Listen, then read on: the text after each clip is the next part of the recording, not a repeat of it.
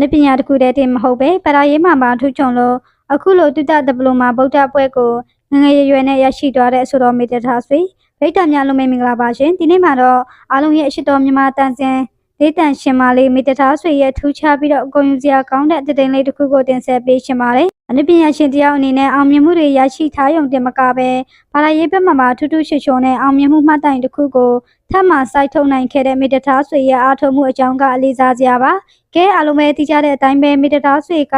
ငယ်စဉ်ကလေးကဂီတတကားလေးဖွင့်ပါအောင်ပြိုင်ပွဲကနေစပြီးတော့ဒီနေ့အချိန်ထိ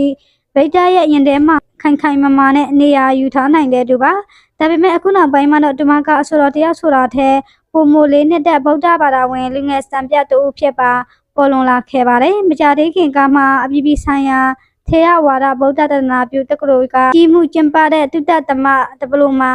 level 1ဆောင်ပွဲကိုမေတ္တာဆွေကဂုဏ်တုဆောင်မှတ်တမ်းနဲ့အောင်မြင်ခဲ့ပါတယ်။ဒါကအနုပညာအလုပ်တွေနဲ့အချိန်မအားလအောင်ဖြစ်နေတဲ့ကြားကနေဗုဒ္ဓစာပေတွေကိုစနစ်တကျလေ့လာစီးပူးခဲ့တဲ့သူမရဲ့ဇေဝရိယကိုတည်ပြလိုက်တာပဲဖြစ်ပါတယ်။တကယ်တော့တုတ္တသမဆောင်ပွဲဆိုတာတာမလေ့လာရုံနဲ့ဖြစ်ဆိုနိုင်တာမျိုးမဟုတ်ပါဘူး။အဘိဓမ္မာတောဝီနီစတဲ့ဗုဒ္ဓဒေသနာတော်တွေကိုအခြေခံကနေစနည်းနဲ့လေ့လာရတာဖြစ်တယ်လို့စာမိုးပွဲစနစ်ကလည်းအတော်လေးစနစ်ကြပါတယ်။အသက်20ကျော်လူငယ်တယောက်အထူးသဖြင့်နယ်လဲဖြောဖြေပွဲတွေနဲ့မအားမလတ်ဖြစ်နေတဲ့အနုပညာရှင်တယောက်အနေနဲ့ဒီလိုဘာသာရပ်တွေကိုအချိန်ပေးပြီးတော့လေ့လာနိုင်ဖို့ဆိုတာတကယ့်ကိုမှ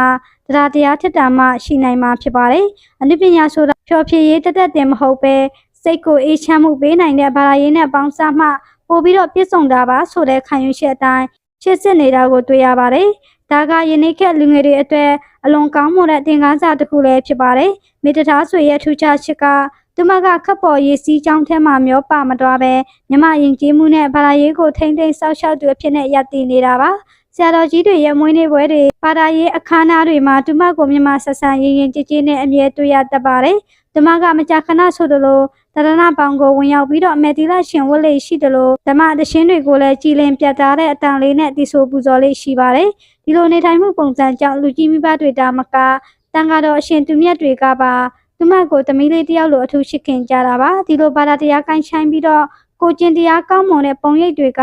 သူမရဲ့မိဘနှစ်ပါးရဲ့လမ်းပြတွန်တင်မှုတွေကြောင့်လည်းဖြစ်ပါတယ်အောင်မြင်မှုတွေရဲ့အထုထိပ်မှာရှိနေပေမဲ့အောက်ရှင်မလို့ပဲမိဘကိုလှုပ်ကြွေးပြုစုတဲ့ဘာသာရေးမှာစစ်အေးချမ်းမှုရှာဖွေတတ်တာကတကယ့်ကိုမှလေးစားဖို့ကောင်းတဲ့အချက်ပါယနေ့ခေတ်မှာအောင်မြင်မှုရဖို့အတွက်နီလန်းပေါင်းစုံစူးစမ်းနေကြတဲ့အကြောင်းမှာမေတ္တာဆွေကတော့အသိဉာဏ်နဲ့ယဉ်ကျေးမှုကိုအခြေခံပြီးတော့ခိုင်မာတဲ့အောင်မြင်မှုတွေကိုတည်ဆောက်ပြသခဲ့ပါပြီအနုပညာရှင်တယောက်က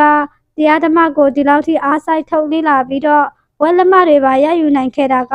ကျမတို့မြန်မာနိုင်ငံအတွက်အကုန်ယူစရာလူငယ်ပုံရိပ်တစ်ခုပါဗိတ္တကြီးရောတခြင်းဆိုတာတင်မကပဲဘာသာရေးမှာပါအထူးချွန်တဲ့မေတ္တာဆွေရဲ့ဒီအောင်မြင်မှုပေါ်မှာဘလို့ထင်မြင်ကြပါတယ်လေဒီမလိုပဲဘာသာတရားမှာစိတ်အားထက်တန်တဲ့တခြားပဲအနုပညာရှင်တွေကိုရောအားပေးကြပါတယ်လေမိမိတို့ရဲ့အမြင်လေးတွေကိုမှချေပေးခဲ့ပါအောင်နော်ကြည့်ရှုပေးတဲ့အတွက်အားလုံးကိုကျေးဇူးတင်ပါရှင်